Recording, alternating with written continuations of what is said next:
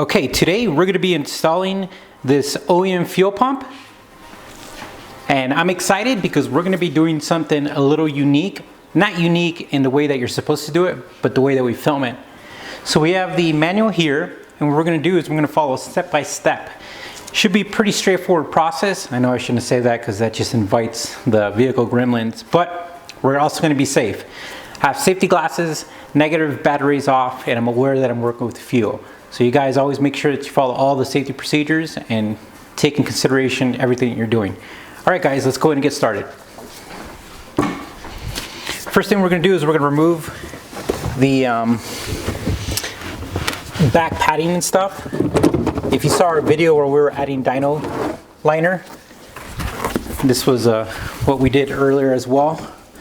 So we're kind of well versed with this process now. We have to remove the spare tire.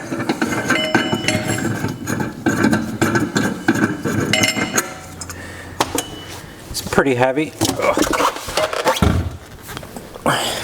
Okay, we're removing these, but I'm going to be using my little tray here. And what that little tray is going to do is going to make sure I don't lose anything.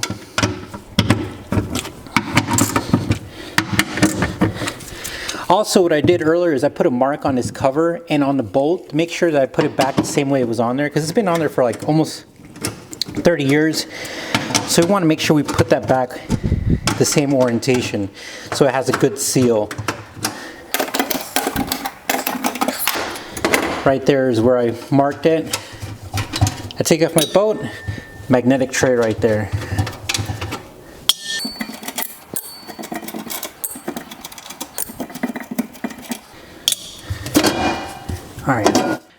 All right, so right here in the manual it says disconnect the negative terminal. We did that. Take out the floor carpet. We did that. Remove spare wheel cover. We did that. Remove spare wheel. We did that. Remove service hole cover, and that's the cover that I put that note on there. I mean that marking on there. And now we're going to be, we could see all the assembly down here. So at this point in time, it says 6A1, and it's going to be fuel pump connector. So that's the first one we're going to disconnect. Okay, all right, so this is the fuel pump connector. And what we're going to do is we're going to press on it.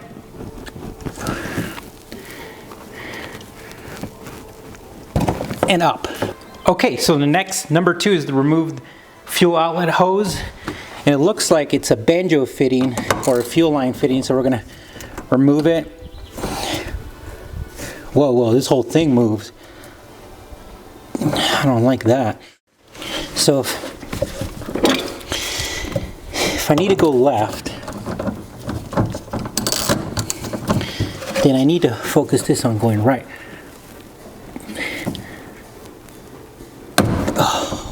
All right, we did it. All right, so there's going to be some washers in here, and it's very important that we don't lose them.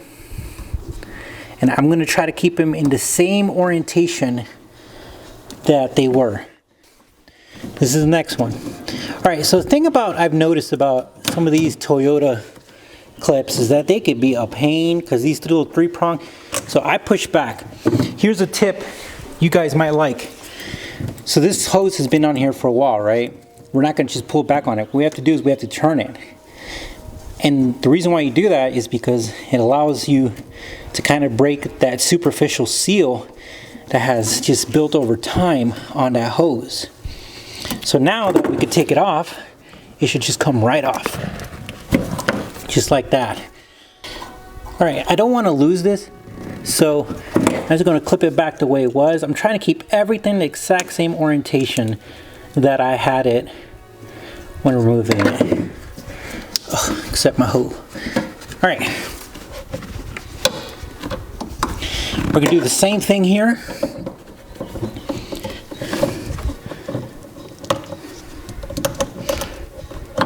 All right. And we're going to come around here and we're going to, I don't know if you heard that, but that was that little superficial seal that came off. All right. I'm sure it's going to gift us with some fuel as well. All right. This one's a little bit tougher to remove. All right. We got it off though. Let's put this back the way it was, like we want to. All right, so we have remove fuel pump and center gauge assembly, disconnect, so we did all that. Now we've got to remove retainer clamp, and then we have to use a special tool. All right, so the manual states that we need to remove this clamp right here, but since we don't have that tool to remove this little top here, we're gonna have to use this clamp to get that moving. So let me show you how to do that, because I've been practicing here off camera. Okay, so what I did is I loosened this up and I moved it to a place that I could get a good angle to be able to hit it with a rubber mallet and an extension. And then at that point in time, I'm going to lock it down. You don't want to be too tight. You just want it to be enough to get it. And then at this point in time, I'm going to be using this, and then I'm going to try to protect the clamp as best I can. And then I'm going to position myself over here, and this ring right here, retainer ring, should start turning to remove it counterclockwise.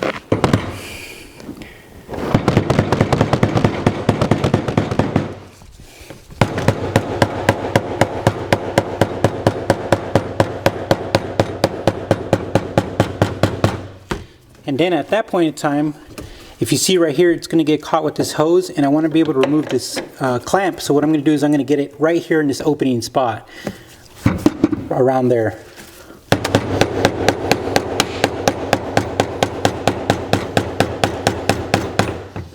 Okay, and then we're going to remove this clamp.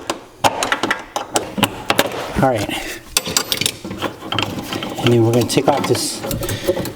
And then we're going to put this over here. And at that point in time, let's see if, now I did this a couple times, so it's not going to come off. I would say you have to hit it, pound it 3 full rotations until you can start moving it with your hand. All right, took that off. All right, here we go, guys. All right, let's look at this. It says using the SST, which yeah, we didn't use that. We have to remove the retainer, fuel pump, center gauge assembly, and gasket. All right, let's see if it just comes all out at once. All right.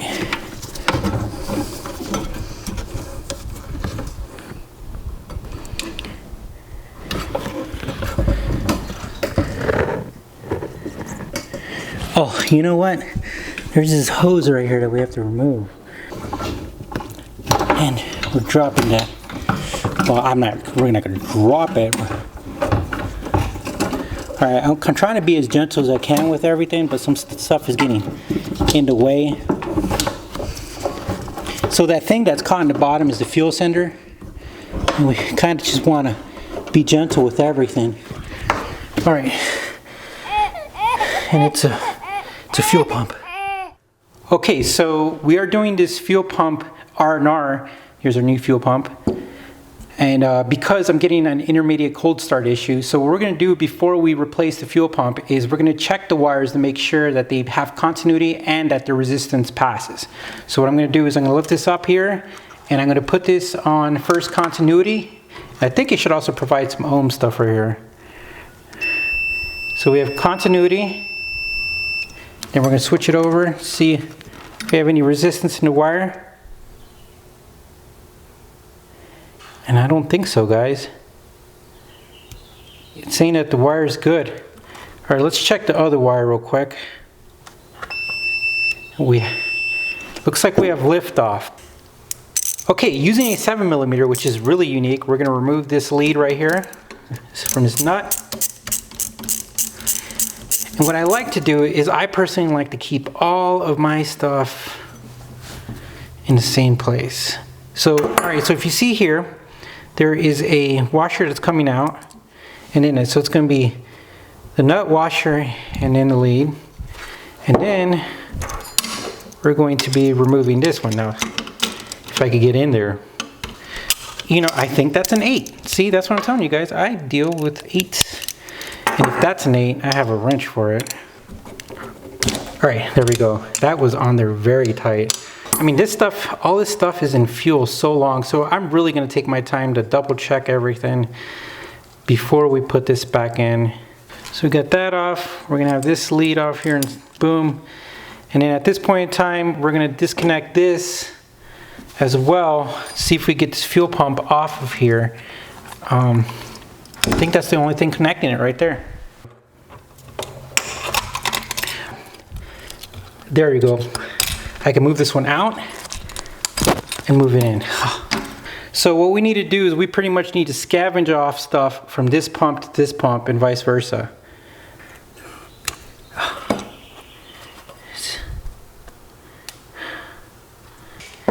Alright guys, now what we're going to do is we're going to start transferring things over.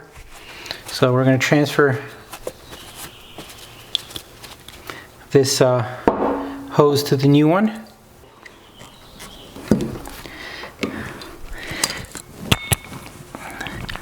So the manual states to use brand new clips.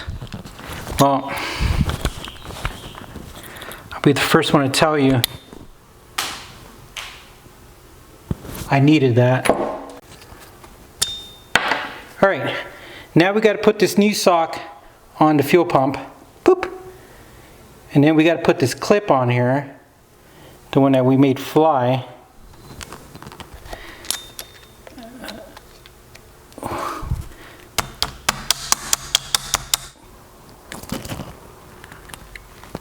I'm just pushing down these little fins just to make sure.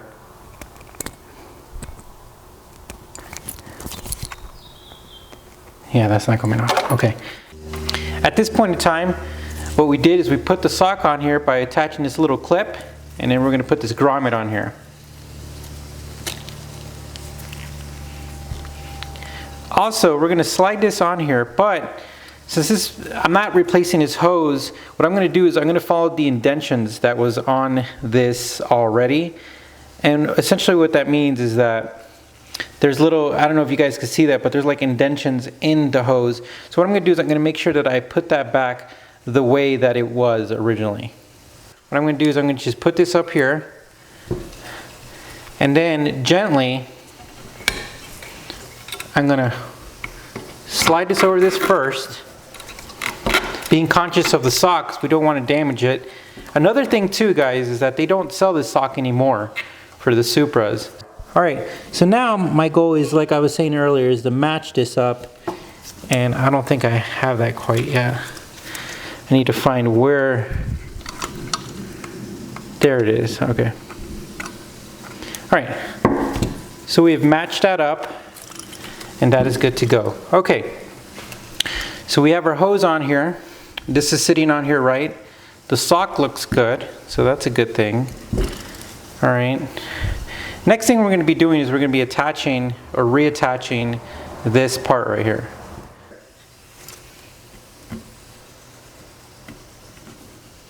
One thing I noticed is that you can't really get it too wrong is because you have a little connector and then you have your bigger connector, your ground, and the terminals are actually different. Okay, here's 7mm for this one. And then, so my goal with these connectors is they're small, they're little terminals. I just want to make sure that they're on there. Get one little snug tightness and move on. Same thing with this one. I've got this silicone grease. Again, parts for the Supra is getting harder and harder to find. So what I'm doing right here is I'm just adding a little bit of silicone grease on this gasket here, just to make sure that it seals up good, but also it's going to help the rubber out. All right. I think we're good. Okay, now moving back to the car. Okay, now we're going to be putting the fuel pump back in, and we're just going to reverse order it from what we did last time. So essentially you want to be careful with the float, and what I'm going to do is I'm going to hold the vent line out the way as best as I can, put the sock in here as best as I can,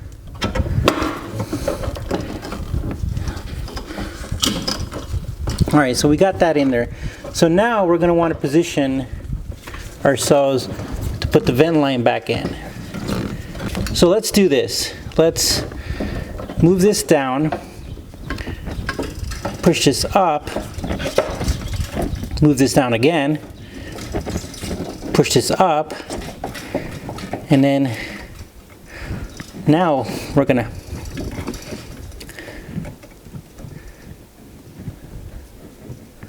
do that. Okay, so that I'm happy with that. When reinstalling the fuel pump assembly, you're going to go ahead and put everything inside the sub tank, which is that white little tank below in the fuel tank, with the exception of the following two components of the fuel pump assembly. That's going to be the little fuel pump float and that little cylinder sensor thingy with the arrow showing it. Those two items are going to go in the outside of the fuel tank sub-tank assembly, so outside of the white tank. Okay, all right, so let's go ahead and put the ring back in. So the goal is to keep this aligned while you're screwing it on.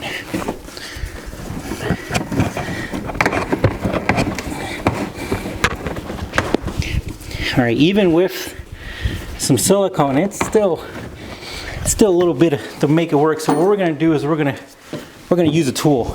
All right, so I have a screwdriver. I put a little bit of painter's tape on there. You know, there's little edges here. The goal is to get it to turn.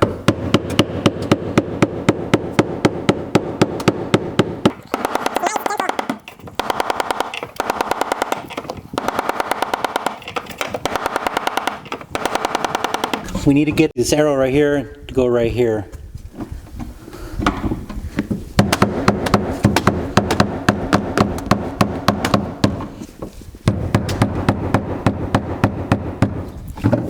Okay, so we're putting back the retaining clip. Now we're going to tighten up the retaining clip.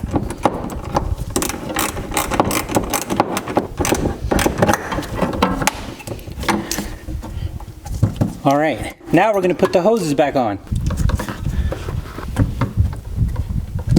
Put it in there.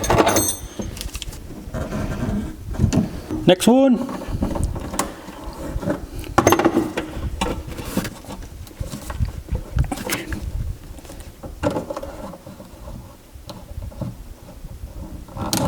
Okay, now we're going to put this banjo stuff back in. We're going to lay down our washer down first. Then we're going to put, there's a washer right here. What we're going to do is we're going to put that on the top.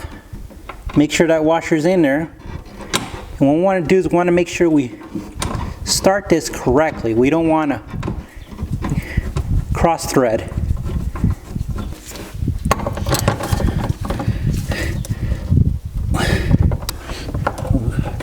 I think we're fine. Okay, now we're going to install this cover on here and then match it up with our lines that we made. Put the bolts on and put everything back in reverse order.